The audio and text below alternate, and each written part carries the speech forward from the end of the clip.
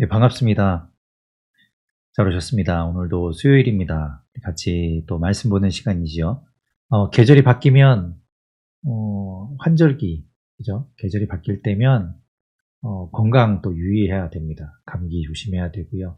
또 비염 환자들, 저처럼 이제 비염 있으신 분들은 고생 좀 하고, 또 꽃가루 날리고 미세먼지 뭐 이런 것 때문에 힘들어 하실 텐데, 예, 아무튼 건강 잘 챙기시고, 우리가 또 꽃피는 봄, 예, 따뜻한 봄, 그리고 화창한 봄을 건강하게 맞이할 수 있으면 좋겠습니다.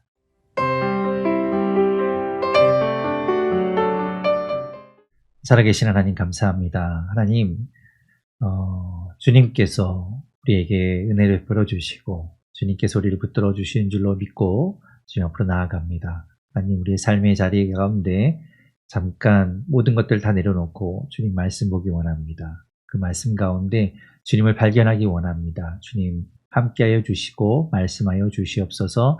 우리가 보는 그 말씀 가운데서 주님 보게 하여 주시고 듣게 하여 주시옵소서. 하나님께 모든 것 맡깁니다. 예수님 이름으로 기도드립니다. 아멘. 네, 10장 1절에 보면 가이사랴에 고넬료라 하는 사람이 있었다라고 이야기하죠. 가이사랴. 우리가 지난 시간에 보았던 본문 가운데 이제 가이사랴라는 지명이 등장하고 있었고, 그래서 제가 이제 지도를 보여드리면서 가이사랴가 이제 뒤에도 좀 나옵니다라고 말씀드렸었어요. 가이사랴, 그래서 이제 기억하시라고 그 지도를 한 번 더 보여드리도록 하겠습니다. 네, 보시면 이게 이제 이 중동 지역의 이제 현재 지도예요. 그런데 이제 우리가 현재 지도를 놓고 이제 과거에 이곳이 어디였는가를 한번 보면서 좀 참고하시면 좋을 것 같아서 이제 보여드리는데 예루살렘이 있습니다. 예루살렘이 있고 예루살렘이 여기 이제 가장 중요하죠. 점으로 찍혀 있는 예루살렘. 네. 그리고 그 예루살렘에서 요 파란 지중해, 여기가 이제 지중해죠. 지중해. 네, 여기가 지중해 바다인데, 네, 지중해 바다 쪽에 접해 있는 항구 도시가 가이사랴라는 도시가 여기 있습니다. 그래서 여기로 이제 간 거예요. 가이사랴라는 곳이 지난 시간에 이제 보았다고 이야기를 했었는데요. 가이사랴가 언제 나왔는가 하면 8장하고 9장에 각각 나왔었습니다. 8장, 9장에서 나왔던 부분을 설명을 드리면 사도행전 8장에서는 이제 빌립이 사마리아 지역에 가서 복음을 전하고 그리고 성령에 이끌려서 이제 에티오피아에서 온 네시가 예배를 드리고 나서 이제 가는데 그 사람에게 가서 이제 복음을 전하라고 인도해 주셔서 거기 가서 그 사람에게 이제 성경을 풀어서 알려주죠. 그래서 예수님을 전해줍니다. 그리고 나서 그 곳을 떠나서 이제 성령의 인도함을 받아서 빌립이 어디로 가는가 하면 이제 8장 40절에 보면 그 뒤에 빌립은 아소도에 나타났다. 그리고 돌아다니면서 여러 성의 복음을 전하다가 마침내 가이사랴에 이르렀다라고 이야기하고 있었지요. 그리고 이제 사도행전 9장에서는 이제 사울 이야기가 나와요. 사울이 이제 다메섹에서 예수님을 만난 이후에 그가 회심하고 나서 막 그 복음 전하는 일에 그가 헌신하게 되죠. 이전에는 예수 믿는 사람들 잡아서 감옥에 가두고 막 죽이는 일을 하다가 그가 예수님을 만난 이후에 변화됩니다. 그리고 예수님을 전하는 사람으로 완전히 180도 다른 삶을 살게 되는 거예요. 그래서 이제 사람들이 그 사울이 이전에 했던 일들 때문에 두려워하며 사울을 좀 기피하기도 하지만 그가 변한 것 때문에 반대로 유대인들은 그를 죽이고자 해요. 왜냐하면 유대 교회에서 뭐 그 앞장섰던 사람이 이제 예수를 믿는 사람으로 바뀌고 나서 예수를 전하고 있으니까 이제 이 사울을 없애야 되겠다 생각해서 이제 막 죽이려고 하는 모의를 하게 되죠. 그래서 그런 여러 위험에서부터 이제 그가 피신하게 되는데 뭐 다메섹에서 빠져나올 때도 성도들이 도와줘서 이제 광주리에 내려서 성벽을 이제 내려와서 도망가게 되고 예루살렘으로 갔다가 거기서도 유대인들이 이제 그를 죽이려고 하니까 그가 이제 피신하게 됩니다. 그래서 사도행전 9장 30절에 보면 신도들이 이 일을 알고 사울을 가이사랴로 데리고 가서 거기에서 다소로 보내게 됩니다. 다소는 사울의 고향이죠. 고향 땅으로 이제 보내게 돼요. 거기에서 사울이 이제 지내게 되면서 또 한번 뭐 그냥 있지는 않았겠죠. 말씀을 더 보면서 아마 예수님에 대해서 더 깊이 묵상하고 그랬던 것 같습니다. 준비했던 것 같아요. 후에 또 나오게 됩니다. 자, 그렇게 이제 가이사랴라는 곳을 우리가 8장, 9장에서 보았는데 10장에 가이사랴가 또 나온 거예요. 가이사랴에 누가 있었는가 하면 고넬료라는 사람이 있었는데 그는 1절에 보면 후반부에 이달리아 부대의 백부장이라고 이야기해요. 이달리아라고 써 있으니까 뭐 좀 그렇지만 이탈리아 사람이죠. 로마의 군인입니다. 그래서 백부장이라고 하면 그 밑에 100명의 부하를 거느린 그런 장수인 거죠. 그런데 그가 예수님을 믿었던 것 같아요. 그래서 그가 하나님을 믿고 하나님 앞에 기도하며 경건한 생활을 했던 사람이라고 2절에 말하죠. 그가 경건하여 온 지방과 더불어 하나님을 경외하며 백성을 많이 구제하고 그리고 하나님께 항상 기도하던 사람이었습니다. 그가 자기만 경건하고 하나님 앞에서 뭐 말씀하고 기도하고 뭐 이런 것으로 끝난 게 아니라 구제하는 일을 많이 했다고 하죠. 어려운 백성들을 도왔어요. 그러니까 이 고넬료는 이제 식민지에 이제 장수로 와 있는데 어려운 사람들 도운 거예요. 그 이스라엘 사람들을 도와준 거죠. 그러니까 참 좋은 사람이죠. 그래서 3절에 보면 그가 이제 제9시에 환상을 보게 됩니다. 제9시라고 하는 건 여기 이제 6시간을 더하게 되면 오후 3시가 되겠죠. 오후 3시쯤에 이제 환상을 보게 되는데 환상 중에 하나님의 사자가 나타나서 이야기합니다. 하나님의 사자, 천사죠. 뒤에는 4절의 천사라고 이야기하는데 그가 이야기하기를 4절 중간에 보면 내 기도와 구제가 하나님 앞에 상달되어 기억하신 바 되었으니 네가 지금 사람들을 요바에 보내서 베드로를 불러라. 베드로를 청해서 그에게 말씀을 들어라 라고 이제 천사가 환상 중에 보여준 거예요. 말씀하신 거예요. 그래서 이제 그 고넬료가 그 말씀을 따라서 사람들을 보내게 되죠. 7절에 보면 하인 둘과 부하 가운데서 자신이 거느린 부하 가운데서 경건한 사람 하나를 불러서 3명을 이제 보내게 됩니다. 어디로 보내는가요? 8절에 보면 요바로 보내게 되죠. 요바에 누가 있었습니까? 베드로가 있었죠. 그 앞에는 9장 43절에 보면 베드로가 요바에서 그 앞에서 이제 그 다비다라는 여제자를 살린 이후에 요바에 머물고 있었어요. 근데 어느 집에 있었습니까? 43절에 보면 시몬이라고 하는 무두장이의 집에 머물고 있었어요. 그런데 이제 그곳으로 이 고넬료가 사람들을 보내는 거죠. 그리고 베드로를 이제 불러오게 합니다. 자, 요바에 있는 베드로. 이제 이게 지금 사건이 두 군데서 동시에 일어나고 있는 거예요.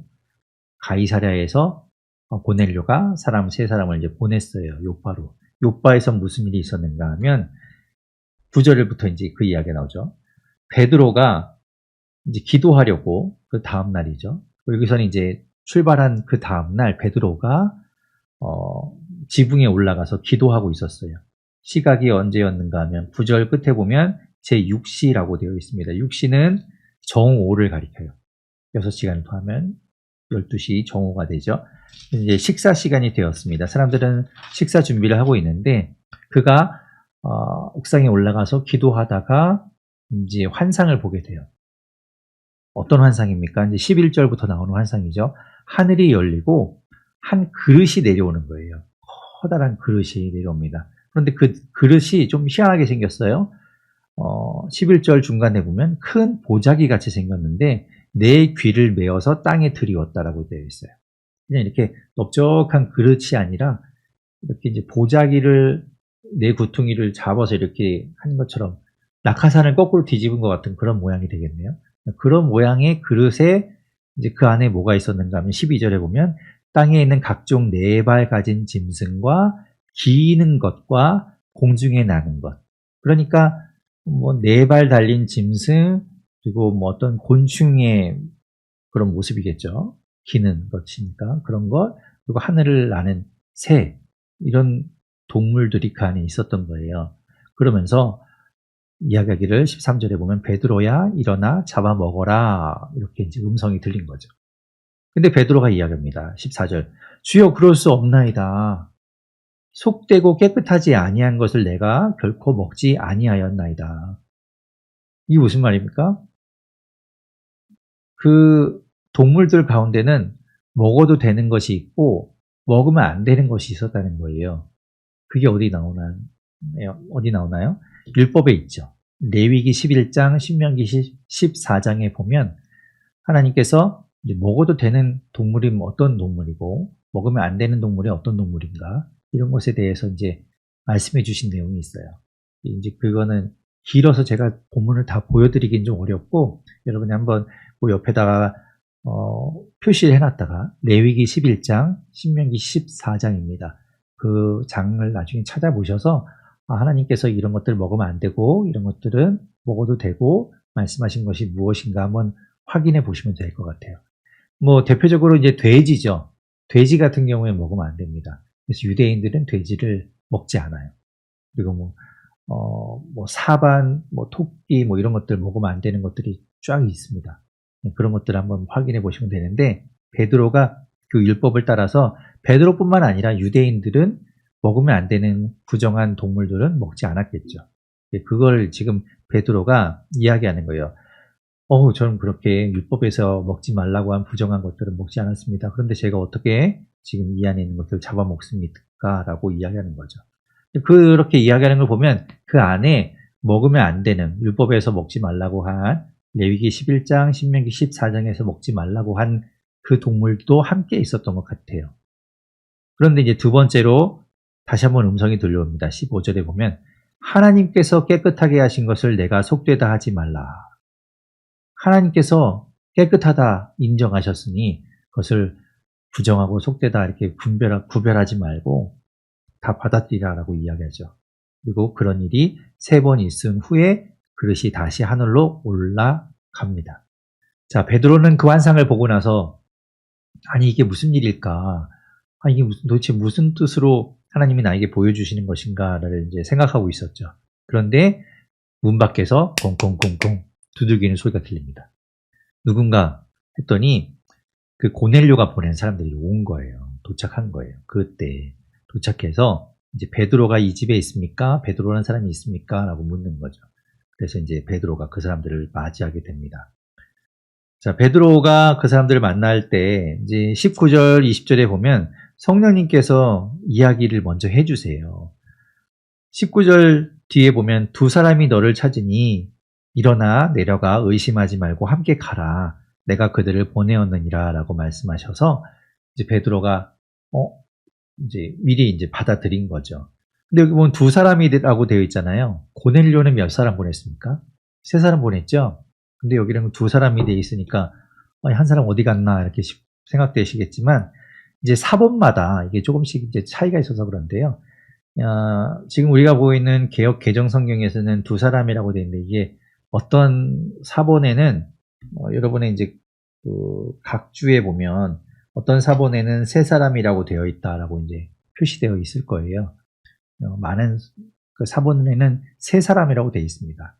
그래서 이제 요즘 세번역 성경이나 뭐 NIV 같은 그런 성경에 보면 3사람으로 되어 있어요.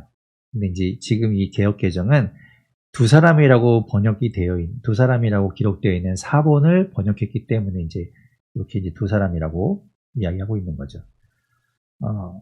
자, 그렇게 이제 아무튼 그들이 왔으니 걱정하지 말고 쫓아가도 된다라고 미리 성령님께서 이야기해 주셔서 그 사람들을 베드로가 맞이하게 됩니다. 무슨 일로 왔습니까? 라고 물으니까 이제 22절에 그들이 대답하죠.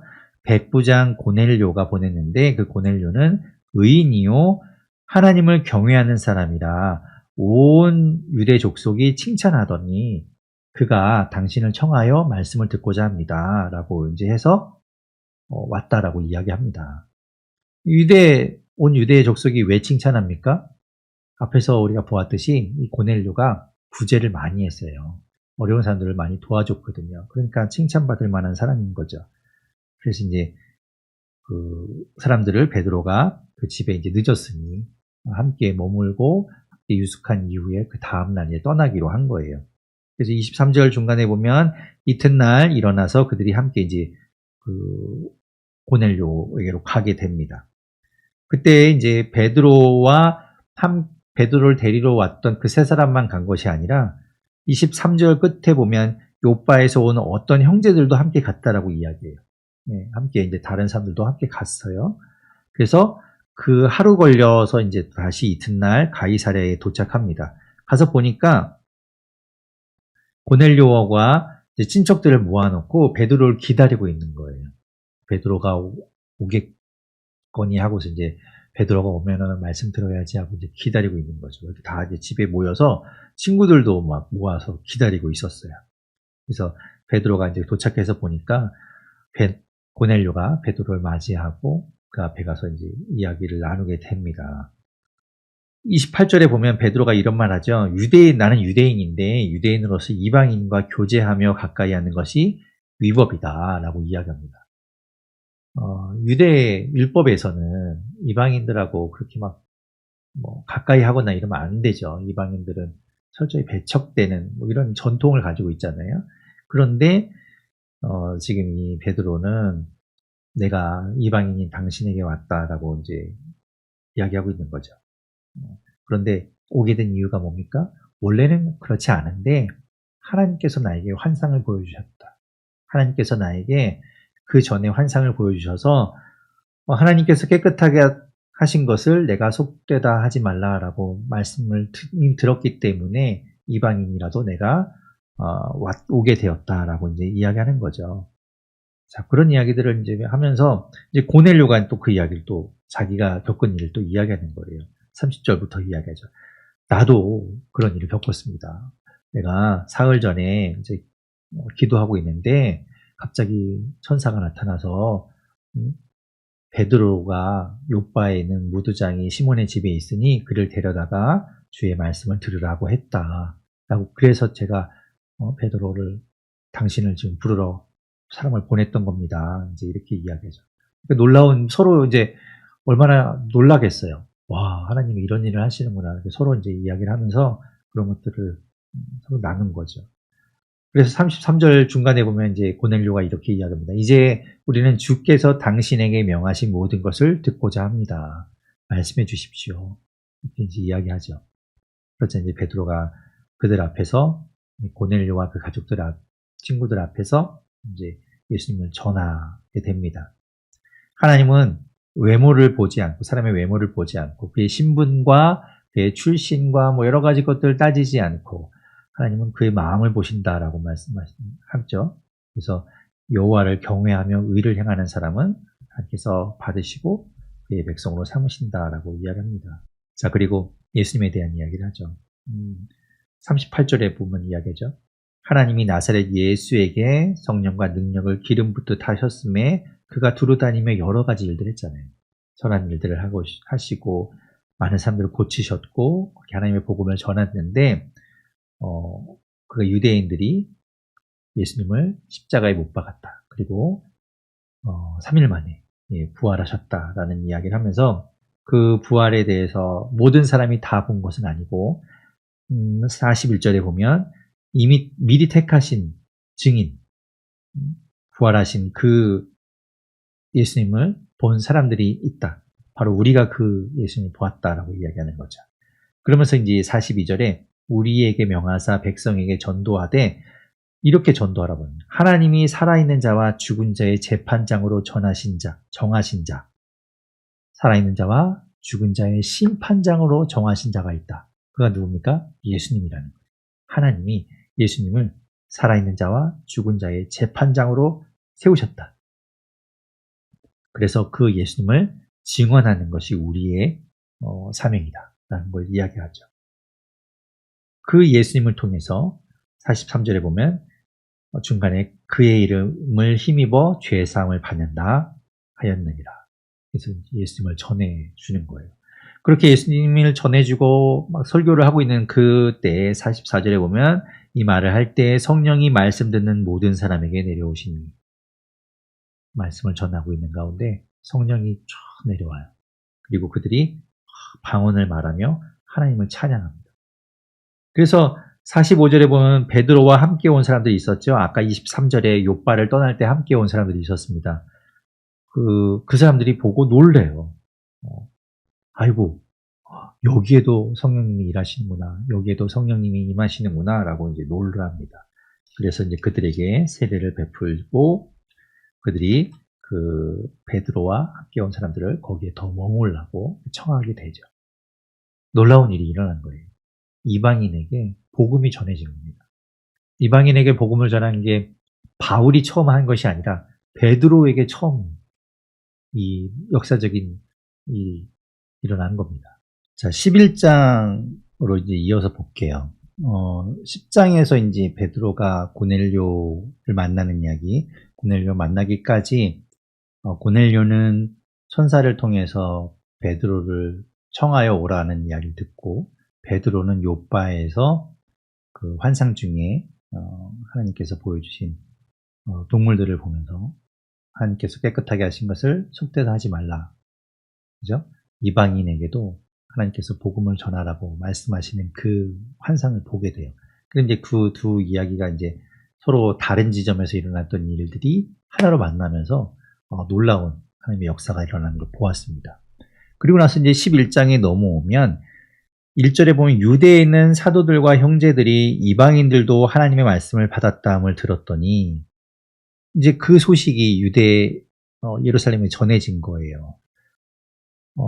그래서 이제 그 유대인들은 아까 베드로가 이야기했듯이 아니 유대인들이 이방인들하고 함께 교제하는 것 자체가 좀 그러면 안 되지 않냐라고 이제 서로 생각하고 있었기 때문에 그것에 대해서 이제 비난하는 거죠.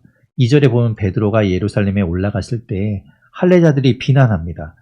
아니 네가 어떻게 무할례자의 집에 들어가서 함께 먹을 수 있냐. 그들과 어떻게 교제하고 어떻게 그 집에 머물 수 있냐라고 이제 이야기하는 거죠. 그때 이제 베드로가 지금까지 일어난 일들을 이야기해 줍니다. 이거는 하나님이 하셨다라는 걸 이제 드러내 주고 있는 거죠. 그래서 10장에 있는 내용들을 그가 이제 쭉 다시 한번 이야기해 주는 거예요. 자기가 겪은 일들, 그리고 가서 자기가 전했을 때 그곳에서 어떤 일들이 있었는가, 이제 이런 것들을 쭉 이야기해 줍니다. 자, 뭐 앞에서 이제 우리가 보았기 때문에 베드로가 환상을 본 이야기는 이제 이미 보았으니까 빼고, 자, 14절부터 보면 그가 너와 내 온 집이 구원을 받을 말씀을 내게 이르리라 함을 보았다. 그래서 내가 가서 그 집에 가서 말씀을 시작할 때 성령이 그들에게 임하시기를 처음 우리에게 하신 것처럼, 처음 우리가 성령을 받았던 것처럼, 그때가 언제입니까?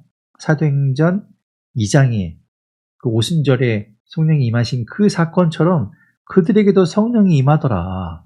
그러니 그걸 어떻게 막을 수 있겠냐라고 이제 이야기하는 거죠. 그러면서 16절에 이렇게 말해요. 내가 주의 말씀에 요한은 물로 세례를 베풀었으나 너희는 성령으로 세례를 받으리라 하신 그 말씀이 생각나더라. 예수님께서 하신 그 말씀이 생각났다라고 이야기하죠. 이 말씀이 어디 나옵니까? 네.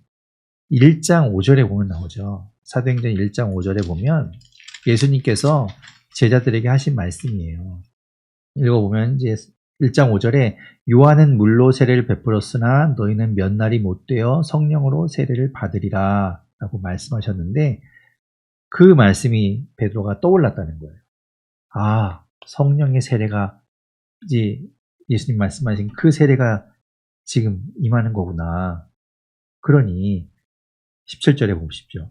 하나님이 우리가 주 예수 그리스도를 믿을 때에 주신 것과 같은 선물을 그들에게도 주셨으니 내가 누구에게 하나님을 능히 맡겠느냐. 하나님이 하신 일을 어쩌겠느냐. 우리가 어떻게 맡겠느냐라고 이야기하는 거죠. 그래서 그 예루살렘 교회의 유대인들도 그 이야기를 듣고 아, 하나님이 하시는구나 라고 하나님께 영광을 돌리면서 18절 중간에 말하죠. 하나님께서 이방인에게도 생명 얻는 회개를 주셨도다. 그래서 이제 그들도 인정해요. 아, 하나님이 이방인에게도 복음을 전하게 하시는구나 라는 걸 이제 받아들입니다. 자, 한편 19절부터 또 이제 이런 일들이 있었어요. 그때 스데반의 일로 일어난 환난으로 말미암아. 스데반으로 인한 환난이 뭡니까? 네. 스데반은 그 일곱 집사라고 우리가 부르는 일곱 사람을 이제 구제하는 일에 힘쓰도록 일곱 사람을 뽑아서 그들에게 안수하여 이제 세우잖아요. 그때 세워진 스데반과 빌립이 있었고, 빌립은 우리가 이전에 보았고, 스데반도 7장에서 그가 설교하고, 그죠? 그 종교 지도자들 앞에서, 그들 앞에서 담대히 설교를 한 이후에, 그리고 나서 그가 이제 돌에 맞아서 죽게 되잖아요. 그게 7장의 내용이죠. 그것이 스데반의 일이에요. 스데반 사건이죠. 그때 이제 교회가 박해를 받게 되고, 그러면서 흩어지게 됩니다. 그것은 8장 1절부터 나오는 이야기예요.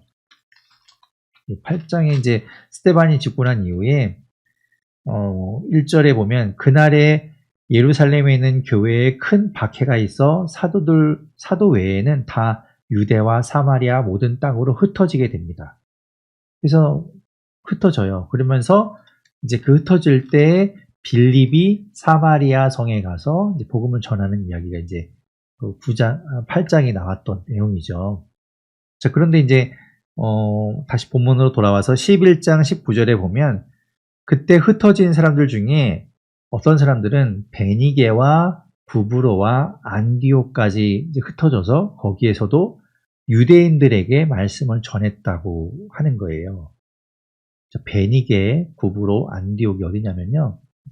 자, 여기 아까 가이사랴를 보았는데요. 가이사랴 보았죠? 예루살렘에서 사마리아로는 빌립이 갔지요. 지금 여기 보면 베니게가 있으면 베니게, 그리고 구브로, 안디오. 베니게는 지금이 아니라 이제 베니게는 원래 페니키아를 말해요. 그 베니게에 해당하는 도시가 시돈과 두로입니다. 두로가 이제 두돈과 시도가 이제 이 베니게에 해당되고요. 그리고 구브로와 안디옥 이렇게 이제 있어요. 제가 이 왜 지도를 자꾸 보여드리냐면 사도행전 1장 8절의 말씀처럼 예루살렘과 온 유대와 사마리아와 점점점 이게 퍼져나가는 것이 보이시나요, 여러분? 베니게, 구브로, 안디옥까지 이게 점점 퍼져나가고 있는 거예요. 그리고 사도 바울을 통해서 더 넓게 퍼져나가게 되겠죠. 네, 이렇게 이제 지금 복음이 점점점 열방을 향해서 이제 퍼져나가고 있는 그 모습을 이제 보여주고 있는 거예요.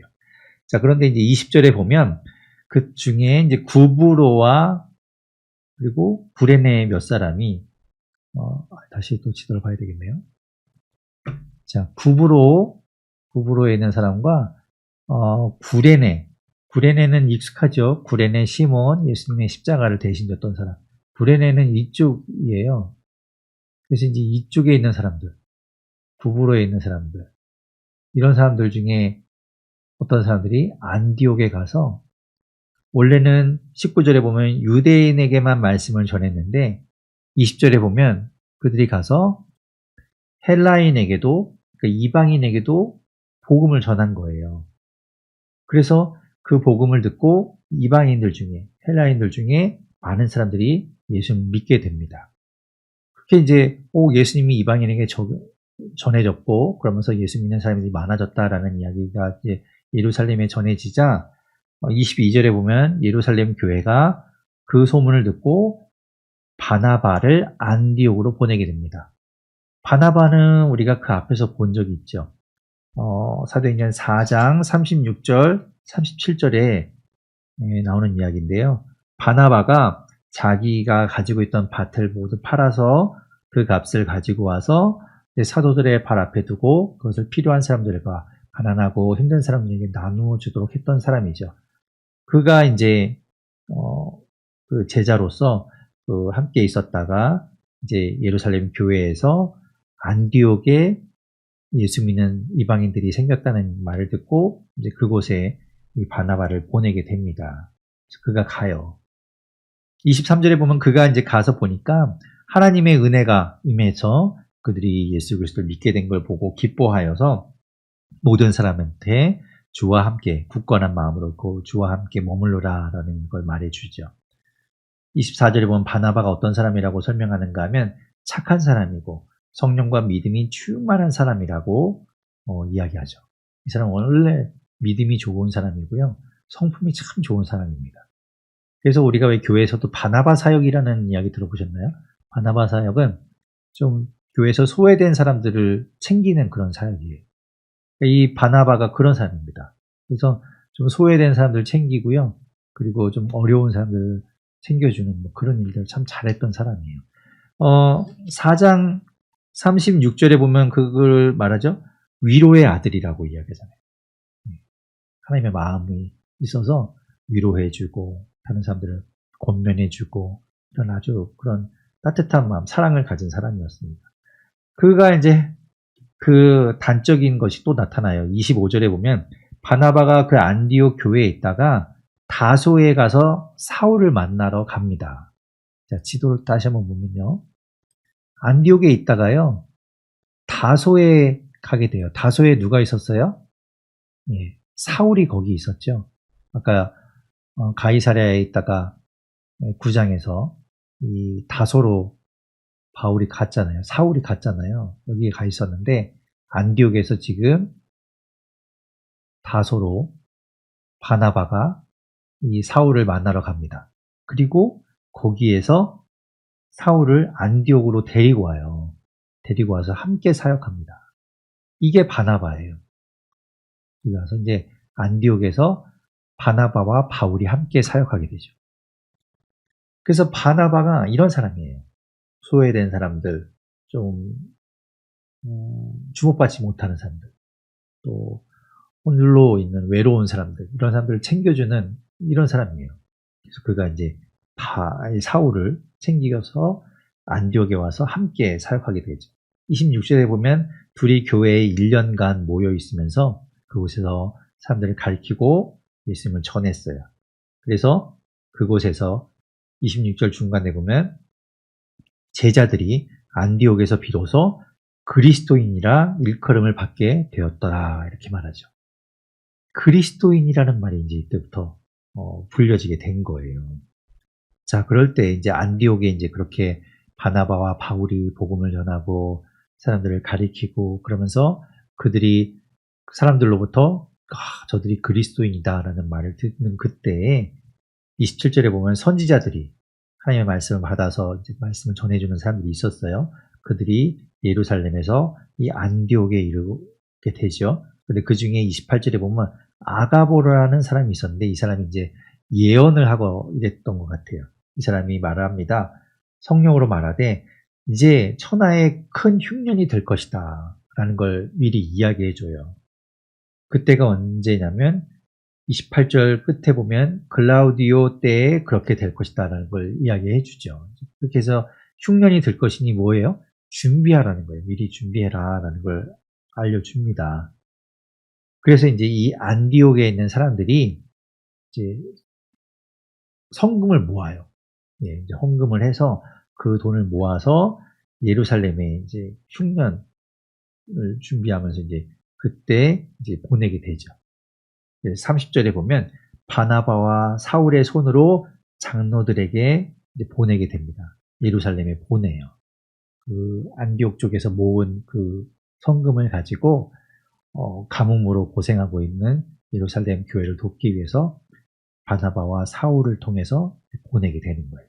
그래서 바나바와 사울은 그 부조를 들고 그 성금 모은 걸 가지고 예루살렘에 오게 됩니다. 그런데 이제 예루살렘에서는 또 어떤 일이 있었는가 하면 12장에 이제 그 이야기가 나와요. 보게 되면 1절에 그때 헤롯 왕이 교회에 있는 사람들 중에 좀 몇 사람을 죽여야 되겠다.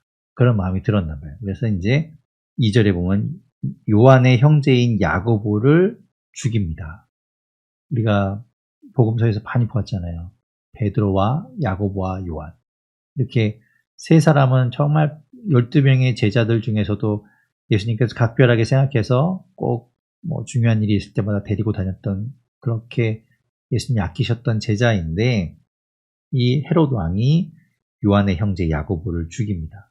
순교하게 되죠. 그래서 3절에 보면 유대인들이 이 일을 기뻐해서 그러면 베드로도 죽여야 되겠다고 생각해서 베드로를 잡아들입니다. 그런데 그때가 3절 끝에 무교절 기간이라고 되어 있잖아요. 명절에는 이제 안 하니까 그 옥에 가두어뒀다가 명절 이후에 이제 사형을 집행하려고 준비해 두게 되죠. 그러면서 4절에 보면 군인 4씩 4패로 맡겨 지키고 6월절 후에 백성 앞에 끌어내고자 하더라. 그러니까 4명씩 4패니까 16명을 베드로 지키는 일에 아주 전담으로 딱 둔 거예요.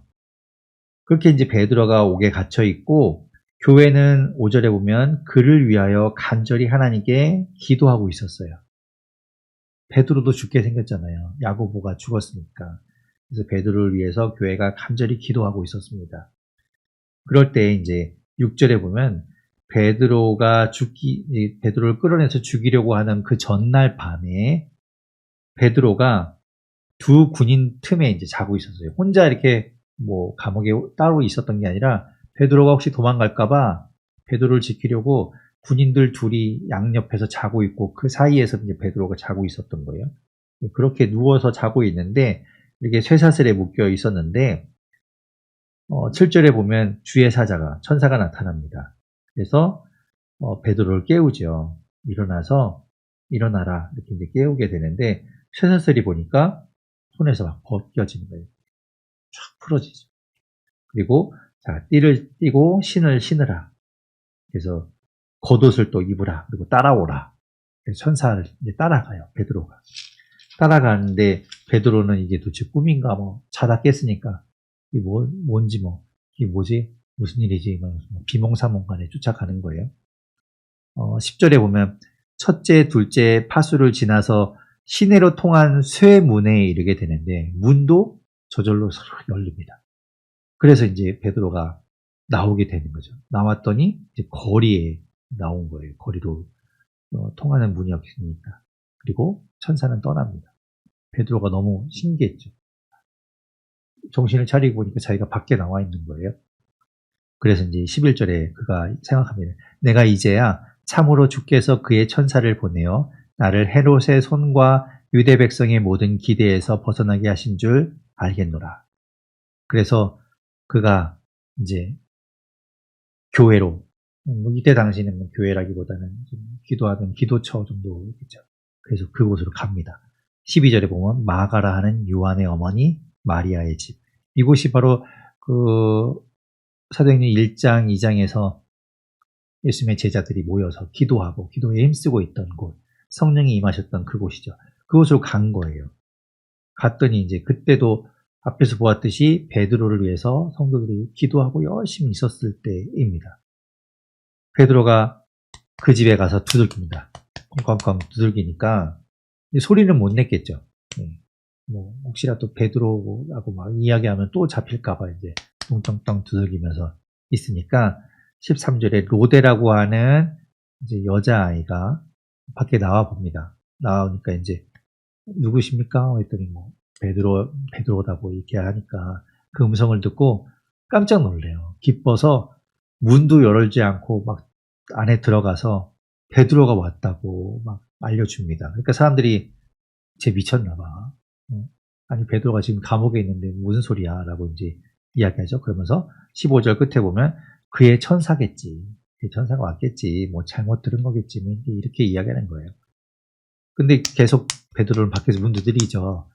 지금 간신히 빠져나왔는데 빨리 문 열어서 들여보내줘야 되는데 그러다가 자기가 없어진 걸 알고 찾으러 오면 어떻게 해요. 그러니까 빨리 좀 문 열어줘야 되는데 안에선 그런 일이 일어났으면서 문 안 열어주니까 계속 두들기죠.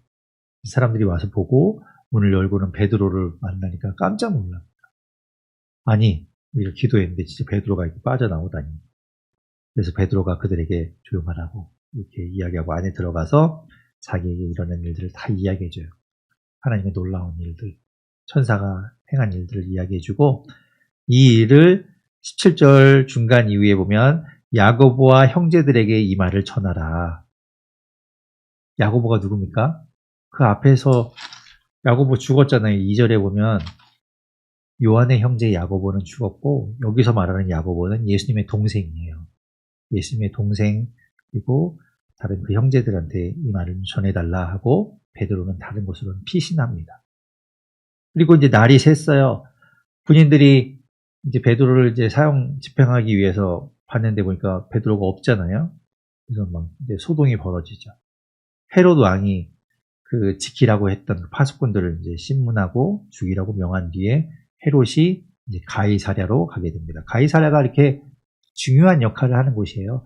가이사랴가 좀 큰 도시였고 이름에서 알 수 있듯이 이 헤롯 왕이 이 로마의 가이사, 로마 황제에게 바치면서 이제 만들어진 곳이기 때문에 거기에도 이 헤롯 왕의 어떤 별궁 같은 것이 있어서 거기에 이제 가서 지내게 된 것이죠. 자, 헤롯 왕이 나쁘잖아요. 요한의 형제 야고보도 죽였고, 그리고 지금 누굽니까? 베드로를 죽이려고 했고, 이런 헤롯 20절부터 25절에 보면 그가 하나님의 심판을 받는 이야기 나오죠. 23절까지 헤롯이 두로와 시돈 사람들을 싫어했어요. 아까 두로 시돈이 페니키아라고 했잖아요. 거기 사람들을 별로 안 좋아했습니다. 왜냐하면 그 사람들이 20절 중간에 보면 그들의 지방이 왕국에서 나는 양식을 먹는 까닭에 한마음으로 그에게 나와 왕의 침소 맡은 시나 블라스도를 설득하여 화목하기를 청한지라. 그러니까 아무튼 꼴 보기 싫은데 자꾸 화친을 이제 요청하고 친하자고 이야기하니까 별로 반가워하지 않는 거죠. 21절에 보면 헤롯이 어느 날 이제 왕복을 갖춰 입고 단상에 앉아서 백성들에게 연설을 하고 있었어요. 그런데 백성들이 그 말을 듣고는 22절에 보면 와 이거는 신의 소리다. 이건 사람의 소리라고 할 수 없다. 그렇게 칭찬을 해줍니다. 그러자 헤롯 왕이 아주 어깨가 으쓱해져 갖고 하나님께 영광을 돌리지 않고 자기 만족에 아주 기뻐하다가 23절에 보면 주의 사자가 고치니 벌레에게 먹혀 죽게 됩니다. 여기서 얘기하는 벌레에게 먹혀 죽었다는 이야기가 어떤 꾸물꾸물 벌레라기보다는 제가 주석을 찾아봤더니 아마도 이제 이때 당시 회충 같은 것들이 있어요. 오면 이제 회충 같은 것이 있어서 폐혈증 이런 병에 걸려서 죽었을 것이라고 이제 보고 있더라고요. 아무튼 그렇게 이제 병에 걸려서 죽게 되는 거죠. 그리고 24절, 25절에 보면 하나님의 말씀이 점점 흥왕하여져서 점점 더 퍼져나가게 되고요.